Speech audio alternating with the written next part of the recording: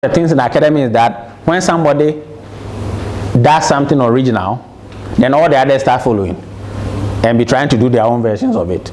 So as soon as Altman did his own, Altman's Z-score, some of the scholars read the article, they said, ooh, this is good, we are going to do our own. Two professors, Cannon and Holder, Professor Cannon and Holder, they also said, we are going to do our own. So they also computed their own ratios, and they don't want to feel like they are plagiarizing Professor Altman.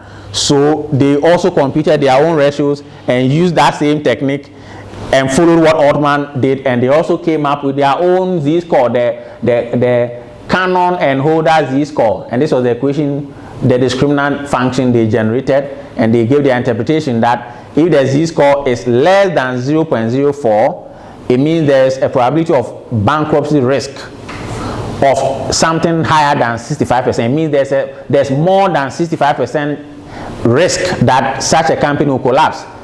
If the Z-score lies between 0.04 and 0.16, it means there is 30 to 60% risk that the company will collapse.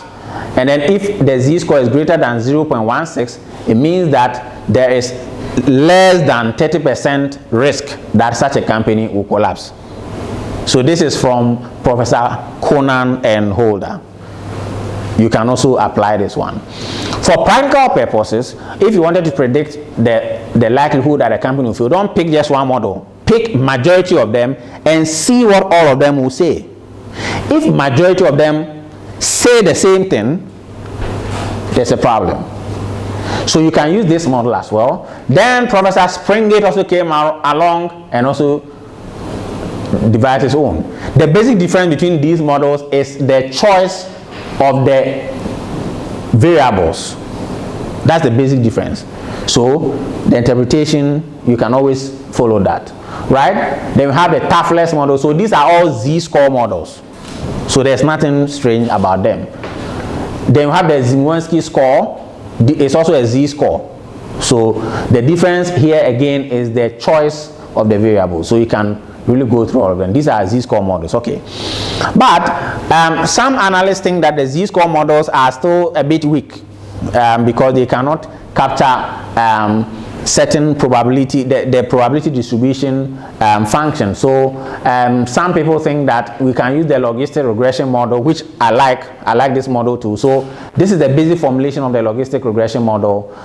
You can use it to predict or to compute the probability that a firm is going to fail based on a set of factors.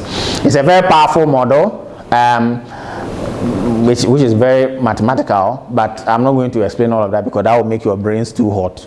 So we leave it like that. But the basic difference between the logistic regression model or what is called the logit model is that because the probability that a firm will fail, and that probability ranges between 0 and 1, okay, the probability distribution function follows this trend. This is what is called the logit curve, and this is where we got the model from.